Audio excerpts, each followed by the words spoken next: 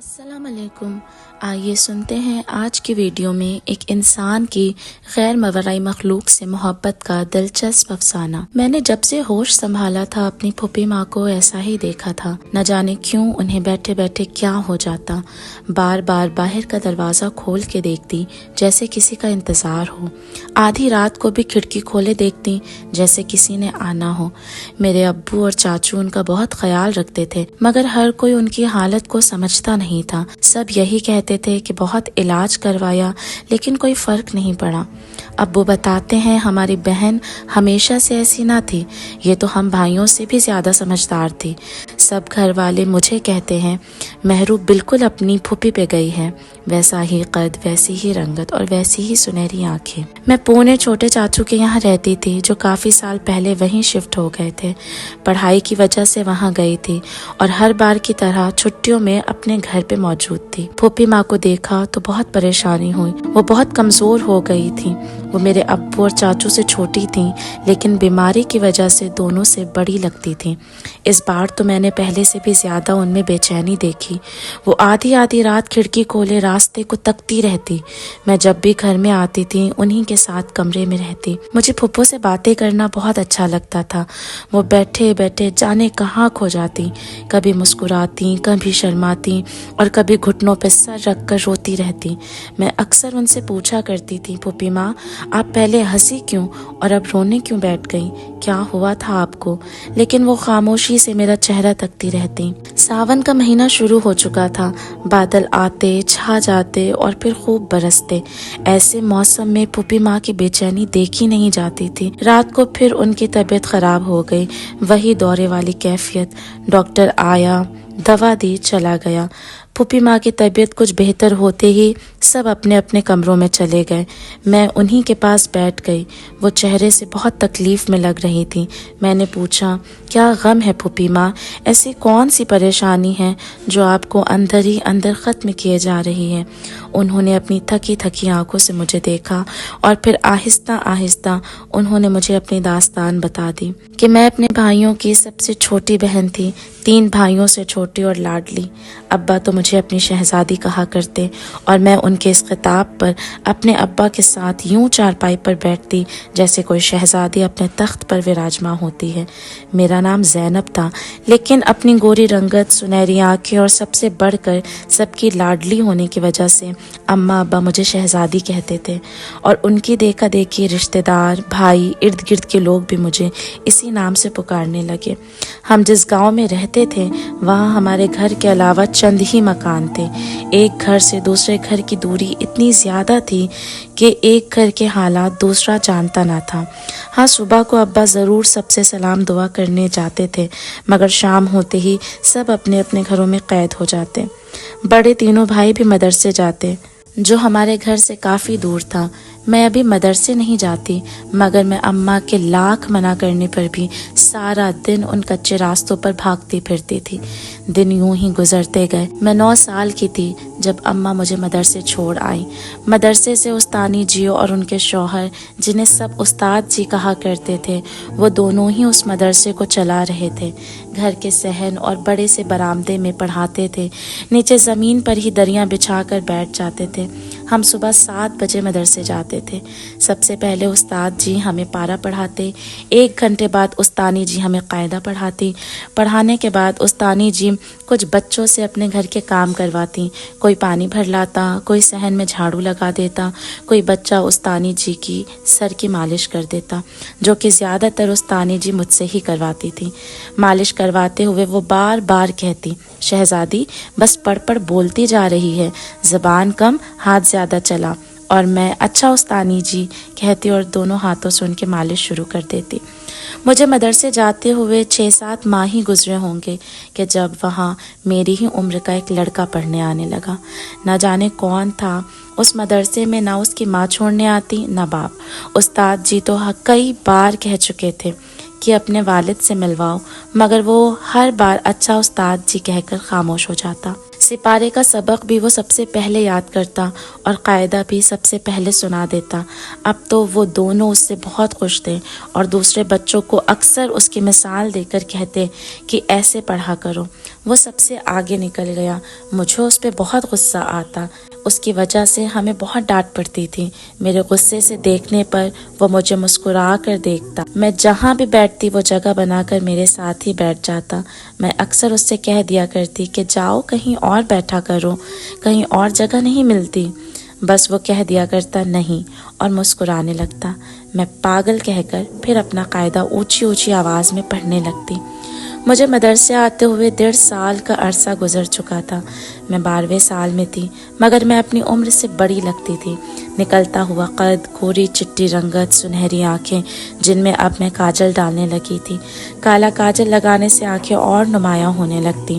سر پر کالا دوپٹہ اوڑھے، ہاتھ میں قاعدہ پکڑے، بھائیوں سے آگے آگے کسی شہزادی کی ہی چال چلتی جاتی، اور بھائی کسی خادموں کی طرح پیچھے پیچھے آتے، اور اگر کبھی وہ مجھ سے ایک قدم آگے نکل جاتے تو گھر آ کے ابا سے ان کی خوب شکایت کرتی۔ ابا یہ مجھے چھوڑ کے خود آگے نکل جاتے ہیں، اور ابا بس میرا اتنا کہنا ان کی خوب کھچائی کرتے۔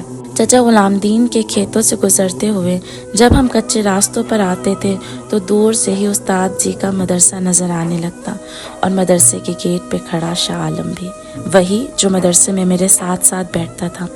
پہلے تو میں نے دھیان ہی نہیں دیا تھا وہ گیٹ پہ کیوں کھڑا رہتا ہے، مگر اب مجھے پتہ چل گیا تھا کہ وہ میرے لیے کھڑا رہتا ہے۔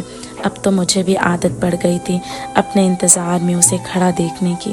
مجھے دیکھتے ہی اس کے چہرے پر وہی مسکراہٹ آ جاتی، اور میرے ساتھ ہی وہ مدرسے کے اندر آ جاتا، اور مجھے یہ بھی پتا تھا یہ میرے ساتھ ہی بیٹھے گا۔ مجھے اس کا میرے انتظار میں کھڑا ہونا، ساتھ بیٹھنا اچھا لگنے لگا تھا۔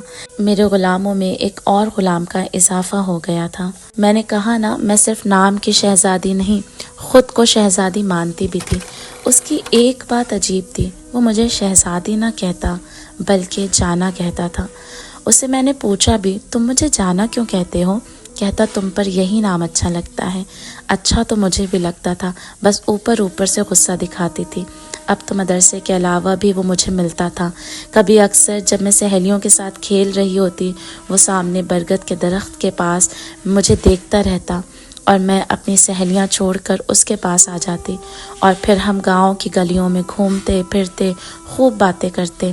شام کو جب میں گھر آتی تو اماں مجھے خوب سناتی، اور میں ہر بار کی طرح اپنے ابا کے پیچھے چھپ جاتی۔ ہمیں اسی طرح اکٹھے 3 سال کا عرصہ گزر گیا۔ اب تو مجھے اس کی اتنی عادت پڑ گئی تھی، اسے نہ دیکھتی نہ باتیں کرتی تو لگتا نہ جانے کیا کھو گیا ہے۔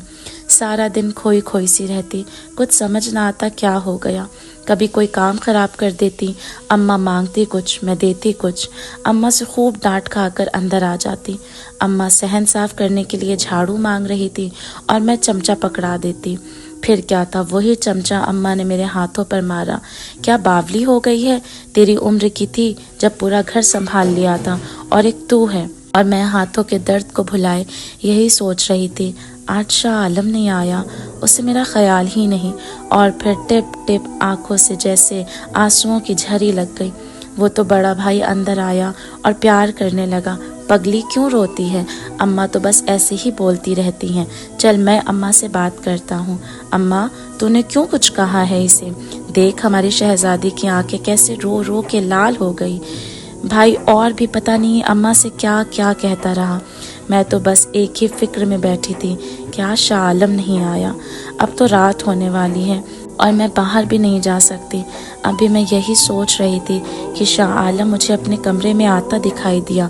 میں حیرت اور خوشی سے اسے دیکھنے لگی۔ وہ میرے بالکل پاس آ کر بیٹھ گیا۔ کچھ پریشان لگ رہا تھا، لیکن چہرے پر وہی مسکراہٹ سجائے مجھے دیکھ رہا تھا۔ اس کی آنکھوں میں اتنی چمک تھی، یوں لگ رہا تھا کہ میرے سامنے کوئی آئینہ ہو اور مجھے اپنا عکس آنکھوں میں نظر آ رہا تھا۔ میں ان آنکھوں میں چند گھڑی ہی دیکھ پائی کہ مجھے اپنا وجود جلتا ہوا محسوس ہوا۔ میں نے گھبرا کے فوراً آنکھیں بند کر لی۔ کیا ہوا جانا، ناراض ہو مجھ سے؟ ہاں ناراض ہوں، تم آج کیوں نہیں آئے؟ جانتے ہو میں نے تمہیں کتنا یاد کیا۔ اور میری آنکھیں پھر آنسوؤں سے بھر گئیں۔ میں تو ہر پل تمہارے ساتھ رہتا ہوں، بس تمہیں دکھائی نہیں دیتا۔ مجھے ایسا ساتھ نہیں چاہیے شاہ عالم جس میں تم مجھے دکھائی نہ دو۔ میں نے اپنے دوپٹے سے آنسو صاف کیے۔ وہ چہرے پہ خوبصورت مسکراہٹ سجائے مجھے دیکھ رہا تھا اور اس کی طرف دیکھتے ہوئے مجھے خیال آیا کہ اس طرح مجھے دیکھتا ہوا میرے اتنے پاس میرے کمرے میں بیٹھا ہے، اگر کوئی آ جائے پھر؟ اور اب ہم بچے بھی تو نہیں رہے نا۔ میں 14 سال کی ہوں اور وہ شاید 16 کا، مگر اپنے قد کانٹ کی وجہ سے بڑا لگتا تھا۔ شاہ عالم مجھے لگ رہا ہے اماں یا ابا نہ آ جائیں، تم جاؤ ہم کل ملیں گے۔ کیا تم کل مدرسے آؤ گی؟ اماں اب نہیں آنے دیتی، کہتی ہیں بہت کر لی تو نے پڑھائی، اب گھرداری سنبھال۔ لیکن میں آؤں گی ضرور، اماں سے کہہ دیا ہے، بس 2-4 مہینے اور پڑھنے دے پھر نہیں جاؤں گی، بس دعا کرنا اماں مان جائیں۔ ہر بار کی طرح میں ہی بولے جا رہی تھی، وہ تو بس مجھے تکتا جا رہا تھا۔ اچھا اب جانا، کوئی دیکھ نہ لے۔ اس کے باہر جاتے ہی میں باہر آئی تو اماں صحن میں چارپائی بچھا رہی تھی۔ مجھے ڈر لگا کہ شاید وہ مجھ سے ابھی شاہ عالم کے بارے میں پوچھیں گی، مگر انہوں نے مجھ سے کوئی سوال نہیں کیا۔ میں بھی مطمئن ہو کے اماں کے پاس آ کر بیٹھ گئی۔ بہت سے دن یوں ہی گزر گئے۔ بھائی تو عرصہ ہوا مدرسے جانا چھوڑ چکے تھے، میں سہیلیوں کے ساتھ ہی جایا کرتی تھی۔ راستے میں شاہ عالم مل جاتا تو سہیلیوں سے کٹ کے اس کے ساتھ چلنے لگتی۔ میں نے کبھی سوچا ہی نہیں کہ میری سہیلیوں نے کبھی شاہ عالم کے بارے میں سوال کیوں نہیں کیا، اور نہ کبھی انہوں نے کہا کہ ہمارے ساتھ آتی ہے اور راستے میں اس کے ساتھ ہو جاتی ہے، اور میں بھی شکر ہی کرتی ان کے سوال نہ کرنے پر۔ ساون کا مہینہ شروع ہو چکا تھا، میں مدرسے جانے کے لیے تیار ہو رہی تھی جب کالی گھٹاؤں نے پورے آسمان کو اپنی لپیٹ میں لے لیا۔ بادلوں کی گرج چمک جاری تھی اور میں مدرسے کے لیے نکل ہی رہی تھی کہ جب اماں نے روک دیا۔ اے لڑکی، بارش ہونے والی ہے، نظر نہیں آ رہا موسم کتنا خراب ہے، چل اندر جا۔ اور مجھے نہ چاہتے ہوئے بھی اماں کی بات ماننی پڑی۔ میں کمرے میں تو آ گئی لیکن کسی بھی وقت مجھے چین نہیں آتا۔ یا اللہ، کیا ہو گیا ہے مجھے؟ میں اپنی حالت سے خود پریشان تھی، اور جب کچھ سمجھ نہ آیا تو گھٹنوں پر سر رکھ کر خوب رونے لگی۔ وہ تو ابا نے آ کر آواز دی تو ہلکی سی حرکت پر میرا جسم یوں زمین پر ڈھیر ہوا جیسے کوئی بے جان شے گرتی ہے۔ ابا نے جلدی سے آ کر مجھے سنبھالا۔ کیا ہوا بیٹا؟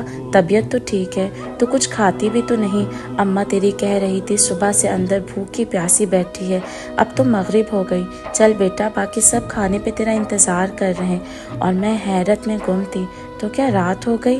مجھے کچھ سمجھ میں ہی نہیں آ رہا تھا میرے ساتھ کیا ہو رہا۔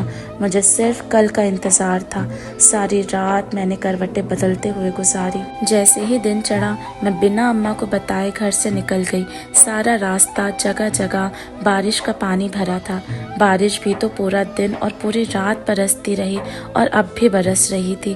جانے کتنی بار کچی مٹی پر میرے پاؤں پھسلے، کتنی بار گری، کتنی بار اٹھی، روتی ہوئی خود کو سنبھالا۔ کچے راستے پر چلتے ہوئے ایک بار بھی مجھے خوف نہیں آ رہا تھا کہ دور تک کوئی زیرو موجود نہیں ہے۔ دونوں طرف کھیت ہے، درمیان میں کچا راستہ، اور کچے راستے پہ گرتی پھسلتی زینب۔ نہیں، زینب نہیں، اپنے ماں بابا کی شہزادی۔ نہیں، شہزادی بھی نہیں، اپنے شاہ عالم کی جانا۔ جیسے ہی استاد جی کا دروازہ نظر آیا یوں لگا منزل آ گئی۔ اندر صحن میں قدم رکھا تو صحن پانی سے بھرا پڑا تھا اور بیچ میں سوکھے پتے گرتے تیرتے پھرتے۔ کوئی بھی بچہ آج دکھائی نہ دیا۔ استانی جی کی کوئی اپنی اولاد بھی تو تھی نہیں، سناٹا ہی سناٹا۔ سامنے کمرے میں ہلکی سی روشنی دکھائی دی، کالے بادلوں نے پھر سے اندھیرا کر دیا۔ میں تیزی سے استانی جی کہہ کر کمرے میں آئی، دستک دیے بغیر دھڑام سے دروازہ کھول دیا۔ سامنے ہی استاد جی چادر اوڑھے لیٹے تھے، یوں لگ رہا تھا جیسے بہت بیمار ہوں۔ ارے شہزادی، تو کیوں اتنے خراب موسم میں اتنی دور چلی آئی، اور یہ کیا حالت بنائی رکھی ہے؟ دیکھ، کپڑے سارے کیچڑ سے بھرے پڑے ہیں، دوپٹہ بھی صحیح سے نہیں اوڑھا، اور جوتی کہاں ہے تیری؟ کیا ہوا ہے تجھے؟ استانی جی مجھے دیکھ کر بہت پریشان ہوئی۔ کچھ نہیں استانی جی، وہ شاید میں گری تھی راستے میں، اور میں کل نہیں آ سکی تھی نا، اس لیے آج آ گئی۔ میں بہت مشکل سے یہ بات بول پائی تھی۔ جھلی ہو گئی ہے تو، اور تیرے اماں ابا بھی، جو جوان لڑکی کو بھیج دیا۔ بیٹھ، میں تیرے لیے اپنے کپڑے لائی، اور یہ میری جوتی پہن لے۔ ایک تو تیرے استاد جی کل سے بیمار پڑے ہیں، اور تو آ گئی میرے سر پر، اب تجھے چھوڑ کر بھی آنا پڑے گا۔ پتہ نہیں وہ کیا کچھ بولتی کمرے سے باہر چلی گئی۔ استاد جی یوں لگ رہا تھا نہ جانے کتنے سالوں سے بیمار ہیں۔ رنگت زرد ہو گئی تھی۔ میں انہی کو دیکھ رہی تھی جب انہوں نے اپنی آنکھیں کھول کر مجھے دیکھا اور ہاتھ کے اشارے سے مجھے اپنے پاس بلایا۔ میں ان کے پاس چارپائی پر بیٹھ گئی۔ مجھے تجھ سے کچھ باتیں کرنی ہے بیٹی۔ جی بولیے استاد جی۔ بارش پھر سے شروع ہو چکی تھی۔ تم شاہ عالم سے ملنے آئی تھی نا؟ میں حیرانی سے انہیں دیکھنے لگی۔ وہ کچھ دیر چھت کو گھورتے رہے اور پھر آہستہ آہستہ بتانے لگے۔ جانتی ہو کل کیا ہوا تھا؟ شاہ عالم کے سوا کوئی بچہ موجود نہ تھا۔ آسمان پر جیسے ہی کالے بادل آئے میں نے کہا شاہ عالم باہر صحن میں رکھی چاول اور گندم کی بوریاں خراب ہو جائیں گی، انہیں سامنے والے کمرے میں رکھوا دو، باہر سے بلوا لو کسی کو، اس سے پہلے کہ بارش ہو جائے۔ میرا ایک جوتا پاؤں میں اور دوسرا بھی دوسرے پاؤں میں نہ ڈالا تھا کہ وہ واپس آ گیا۔ مجھے غصہ آیا۔ ارے لڑکے تجھے کہا کہ کسی کو بلواؤ۔ میری بات ابھی پوری بھی نہ ہوئی وہ بول پڑا، جی استاد جی رکھوا لی ہیں بوریاں۔ کیا؟ کس نے رکھی؟ میں نے استاد جی۔ میں سمجھا شاید مذاق کر رہا ہے۔ میں نے خود کمرے میں جا کر دیکھا تو بوریاں طریقے سے ایک کے اوپر ایک رکھی تھی۔ میں واپس کمرے میں آیا تو وہ میری چارپائی کی چادر صحیح کر رہا تھا۔ میں نے اس کے کاندھے پہ ہاتھ رکھ کر اپنی طرف موڑا اور پوچھا، تم کون ہو شاہ عالم؟ کہاں سے آئے ہو اور کس لیے؟ قرآن پڑھنے تو نہیں آئے؟ کیونکہ جب تو میرے پاس آیا تو چند دنوں بعد ہی میں جان گیا تھا کہ تو قرآن پہلے سے پڑھا ہوا ہے، پھر کیوں آتا رہا یہاں اتنے سالوں تک؟ وہ جان گیا تھا کہ میں اسے پہچان گیا ہوں۔ جانتی ہو اس نے مجھے کیا جواب دیا؟ باہر بہت زور کی بجلی کڑکی زینب کے لیے۔ استاد جی کے پھر لب ہلنے لگے۔ میں تو بت بنی سن رہی تھی۔ استاد جی کو دیکھنے لگی۔ شہزادی تیرا نام زینب ہے نا؟ میں صرف ہلکا سا سر ہی ہلا سکی۔ کل کی رات مجھ پر بہت بھاری گزری۔ وہ جانے کو بالکل بھی تیار نہیں تھا۔ میں نے بڑی مشکل سے اسے یہاں آنے سے روکا ہے۔ چلا گیا ہے وہ یہاں سے۔ اب اس کا باپ یہاں آنے نہیں دے گا۔ تجھے پریشان ہونے کی ضرورت نہیں، وہ نہیں آئے گا۔ اور مجھے استاد کی کسی بات کی خاک سمجھ نہ آئی سوائے اس کے کہ شاہ عالم چلا گیا، وہ نہیں آئے گا۔ استاد جی نے اسے بھیج دیا۔ کہاں گیا وہ؟ ظلم کر دیا استاد جی نے۔ اب میں اسے کہاں ڈھونڈوں؟ مجھے تو اس کے گھر کا بھی نہیں پتا۔ میں یہ سب باتیں اپنے دل میں ہی کہہ سکی، کچھ بول بھی نہ پائی۔ اور استاد جی اتنی باتیں کرنے کے بعد یوں خاموش ہو گئے جیسے اب زندگی میں کبھی نہیں بولیں گے۔ اس دن استانی جی مجھے گھر چھوڑ آئی۔ کالے بادلوں نے دن میں بھی اندھیرا کر رکھا تھا اور پھر یہی اندھیرا میرے دل پر چھا گیا۔ میرے دل کی رات میں کبھی صبح نہ ہوئی۔ مجھے ہر چیز اندھیرے میں ڈوبی ہوئی نظر آنے لگی۔ سامنے پڑی چیز دکھائی نہ دیتی۔ چلتی تو کئی بار ٹھوکر کھا کر گر پڑتی، پاؤں لہو لہان ہو جاتے اور مجھے خبر بھی نہ ہوتی۔ اماں مجھے پکڑ کر مرہم پٹی کرتی، میرے سر کی مالش کرتی، بکھرے بال سمیٹتی۔ وقت پر لگا کر اڑا تو دونوں بھائیوں کی شادیاں ہو گئیں۔ گھر میں 2 بھابیاں آ گئیں۔ کوئی بھی مجھے کچھ کام نہ کہتا، پھر بھی جانے میں سارا دن کیا تلاش کرتی رہتی۔ باہر جاتی تو کبھی اماں کا ہاتھ چھڑا کر برگد کے درخت کی طرف بھاگتی اور کبھی استانی جی کے ویران صحن میں جا بیٹھتی جہاں اب کوئی نہیں رہتا تھا۔ استانی جی کو تو سال ہوئے گزرے ہوئے، لیکن استاد جی تو کب کے مر گھپ گئے۔ جانے کہاں بھیج دیا میرے شاہ عالم کو۔ میری حالت کو دیکھ کر میرے گھر والے بہت پریشان رہتے تھے۔ کبھی دم کرواتے، کبھی حکیموں سے دوائیاں لا لا کر اماں مجھے کھلاتی، مگر میں اپنی ہی حالت سے بے خبر تھی۔ مجھے دم کا، دوا کا کوئی اثر نہ تھا۔ اب سب مجھے جھلی کہنے لگے تھے۔ اب تو ابا بھی مجھے شہزادی سے جھلی کہنے لگے تھے۔ اکثر اماں سے کہتے، رحمتیں کچھ نہ کہا کر میری دھی کو، یہ تو جھلی ہے، ٹھیک ہو جائے گی۔ میری اسی حالت کو 5 سال گزر چکے تھے۔ اماں اکثر ابا سے میری شادی کی بات کرتے ہوئے رو پڑتی۔ شہزادیوں جیسی بچی تھی میری، جانے کس کی نظر لگ گئی میری بچی کو۔ وہ دسمبر کی ڈھلتی رات، ہر طرف خاموشی کا راج تھا۔ سب اپنے اپنے کمروں میں لحاف اوڑھے بیٹھے تھے۔ سرد ہواؤں کا شور سنائی دے رہا تھا۔ اب تو آس پاس کافی گھر بن چکے تھے، پھر بھی شام ہوتے سناٹا ہر سوں پھیل جاتا تھا۔ باہر برگد کے درخت کے پاس مجھے کسی کا ہیولا سا نظر آیا۔ ایک پل کو میرے دل کی دھڑکن بڑھ گئی اور پھر اگلے ہی لمحے میرا دل اس طرح کھینچتا چلا گیا جیسے کوئی ڈور سے پتنگ کھینچتا ہے اور دل کا گمان یقین میں بدلتا جا رہا تھا کہ یہ وہی ہے، ہاں وہی تو ہے۔ دل چیخ رہا تھا، رو رہا تھا، خوشی منا رہا تھا، مجھے کچھ معلوم نہیں، اور میں اس کے سامنے کھڑی ہو گئی، ہری ہری روشن چمکدار آنکھیں، تھکی ہوئی، بکھرے بال، بکھرا سا وجود، ہاں لیکن چہرے پر وہی مسکراہٹ ضرور تھی جس نے مجھے دیوانہ بنا رکھا تھا۔ شاہ عالم، یہ تم ہو نا؟ ہاں جانا، یہ میں ہی ہوں، تمہارا شاہ عالم۔ میرے ہوتے تو یوں چلے نہ جاتے، مجھے پل پل جیتا اور پل پل مرتا چھوڑ کر۔ جانتا ہوں میں کبھی بھی تمہاری حالت سے بے خبر نہیں تھا، لیکن میں مجبور تھا، مجھے استاد جی نے جانے پر مجبور کر دیا تھا۔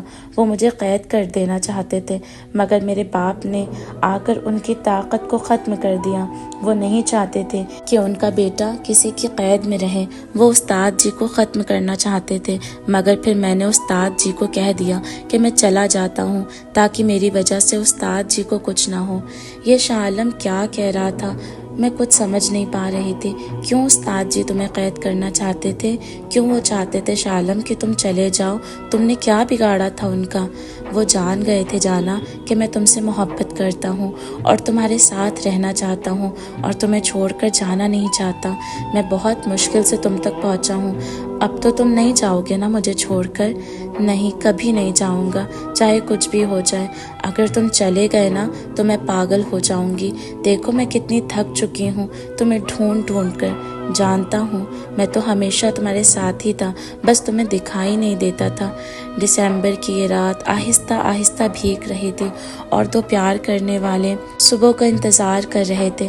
وہ صبح ہوئی اور سب نے دیکھا زینب آج پہلے جیسی شہزادی لگ رہی، صاف ستھرے کپڑے پہنے، بالوں کو کنگھی کیے، لمبی چوٹی بنائے، آنکھوں میں کاجل لگائے، پورے گھر میں ٹہلتی پھرتی، جھلی کی طرح نہیں بلکہ کسی تتلی کی طرح 7 رنگ بکھیرتی، جو دیکھتا نظر نہ ہٹا پاتا۔ ایسا روشن چہرہ شہزادی آج تو واقعی شہزادی لگ رہی تھی۔ وہ اپنے ابا کے پاس بیٹھی پہلے کی طرح باتیں کر رہی تھی اور وہ آنکھوں میں ڈھیروں محبت لیے اپنی بیٹی کو دیکھ رہے تھے اور دل ہی دل میں اس کی خوشی کے لیے دعائیں مانگ رہے تھے۔ اماں، آج میں اپنی سہیلیوں سے ملنے جانا چاہتی ہوں۔ اب تو وہ مجھ سے ملنے بھی نہیں آتی نا۔ اچھا بیٹی جاؤ۔ وہ اپنی بیٹی کی آج کوئی بات ٹالنا نہیں چاہتی تھی۔ وہ ہنستے مسکراتے چہرے کے ساتھ باہر چلی گئی۔ برگد کے درخت کے پاس کھڑا شاہ عالم اسی کو دیکھ رہا تھا۔ دونوں ایک دوسرے کا ہاتھ تھامے جانے کتنی دیر چلتے رہے۔ کچا راستہ ابھی بھی ختم نہ ہوا تھا۔ اچانک پیچھے سے ٹن ٹن کی آواز آنے لگی۔ دونوں نے پلٹ کے دیکھا تو بیل گاڑی آ رہی تھی۔ وہ دونوں اب اس بیل گاڑی میں بیٹھ گئے تھے۔ زینب تو اس سفر میں بہت خوش تھی اور شاہ عالم اس کی خوشی دیکھ کر خوش تھا۔ بیل والے نے اپنے پاس رکھا چھوٹا سا ریڈیو آن کر رکھا تھا۔ شاہ عالم کی شخصیت پرکشش تھی۔ اس کی محبت میں زینب گم تو رہتی تھی، اسے دیکھتی اسی میں گم ہو جاتی۔ اونچا قد، گورا رنگ، بے حد خوبصورت آنکھیں جن میں بلا کی چمک تھی، جی چاہتا اسے تکتی رہوں۔ اور وہ مجھے گم دیکھ کر کہنے لگا، کیا دیکھ رہی ہو تم؟ اتنا کم کیوں بولتے ہو شاہ عالم؟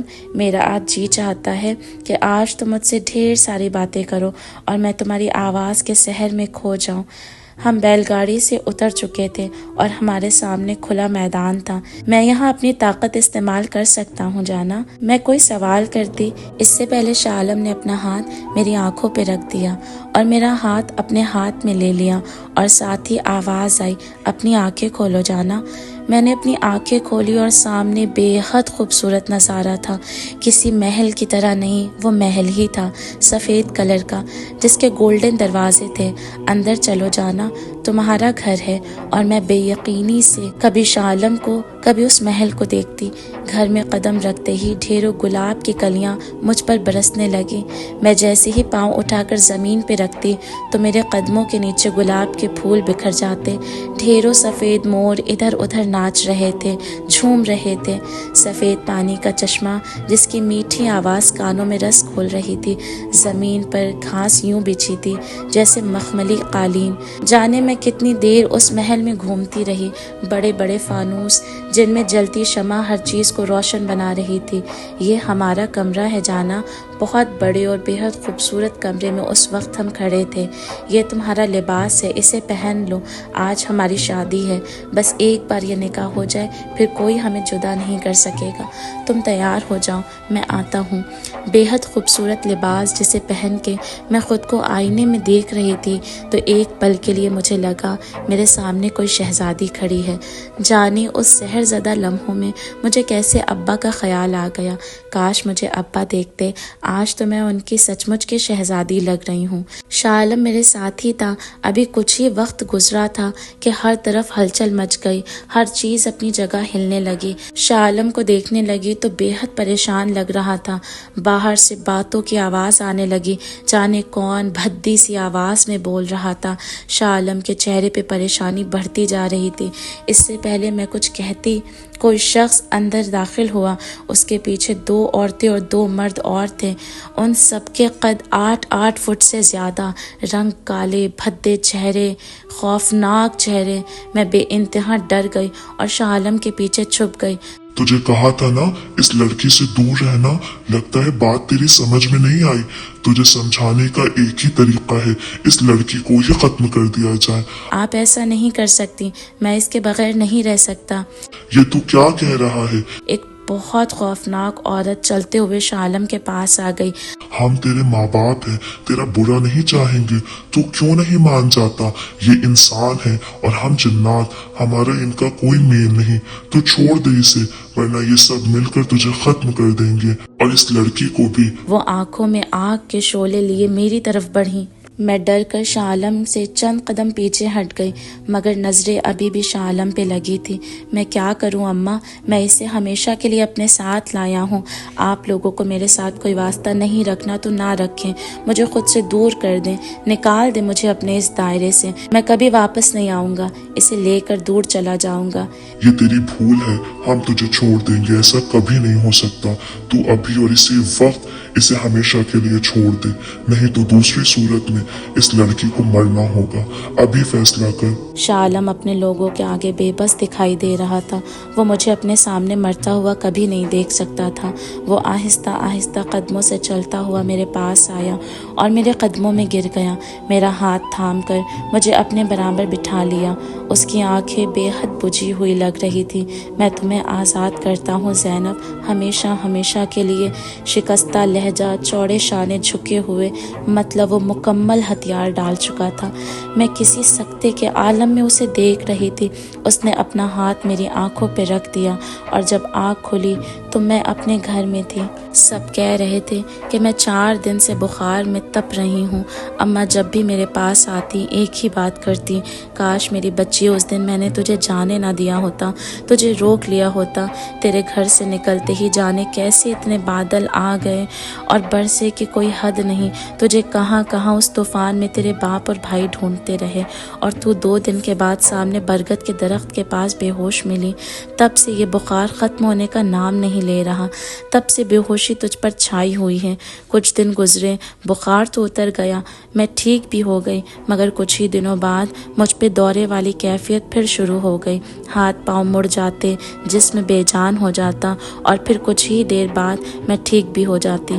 اماں ابا میری اس حالت کو دیکھ کر اپنی جان کو روک لگا بیٹھے اور چل بسے۔ بس بھائیوں کی شادیاں ہو گئی تھی، سب بال بچے والے ہو گئے تھے۔ مجھے بھی کئی ڈاکٹر حاکموں کو دکھایا گیا، مگر کوئی دوائی، کسی دم کا کوئی اثر نہ ہوا۔ اور پھر آہستہ آہستہ سب نے مجھے میری اسی حالت کے ساتھ قبول کر لیا۔ مجھ سے اپنی زندگی کے تمام داستان کہنے کے بعد پھوپھی ماں بالکل خاموش ہو گئی۔ میں جو سکتے کی کیفیت میں انہیں سن رہی تھی، ان کی خاموشی پر انہیں دیکھنے لگی۔ میں ان سے کچھ کہنا چاہتی تھی، مگر انہوں نے مجھے ہاتھ کے اشارے سے خاموش رہنے کو کہا اور ساتھ ہی کمرے سے جانے کا بھی اشارہ کر دیا۔ میں چپ چاپ انہیں 1-2 بار پلٹ کر دیکھ کر کمرے سے باہر آ گئی۔ اپنی بھتیجی کو ساری باتیں کہنے کے بعد مجھے یوں لگا جیسے سینے پہ رکھا کوئی بوجھ اتر گیا ہو۔ مجھے اس چھوٹی بچی سے یہ بات کرنی چاہیے تھی یا نہیں، مگر اب میں سب کچھ کہہ چکی تھی۔ شاید میں تھک گئی تھی۔ اسے سب کچھ کہنے کے بعد میں چارپائی پر سیدھی لیٹ گئی اور دور کہیں سے آتی آواز نے آنکھوں میں جھری لگا دی۔ پھوپھی ماں کی تمام کہانی سن کر میں سمجھ نہیں پا رہی تھی کہ میں ان سے کیا کہوں۔ تمام رات برآمدے کے تخت پر میری گزر گئی تھی۔ فجر کی اذان سن کر نماز کی نیت سے کمرے میں آئی تو پھوپھی ماں آنکھیں کھولے دروازے کو ہی تک رہی تھی، مگر اب ان کی تلاش ہمیشہ کے لیے ختم ہو چکی تھی۔ وہ ہمیں چھوڑ کر اس دنیا سے جا چکی تھی۔ میں پھوپھی ماں کو آوازیں دیتی ہوئی ان کی طرف بڑھی تو مجھے کھڑکی میں کسی کا ہولہ نظر آیا جو آہستہ آہستہ دھوئیں کی شکل اختیار کر کے غائب ہو چکا تھا۔ مجھے معلوم ہو چکا تھا کہ یہ وہی جنزاد ہے اور وہ اب بھی میری پھوپھی ماں سے محبت کرتا ہے۔ وہ پھوپھی ماں کے ساتھ ہی رہتا تھا، لیکن اپنے قبیلے کے ڈر خوف کی وجہ سے اور پھوپھی ماں کی زندگی کی خاطر وہ ان کو دکھائی نہیں دیتا تھا۔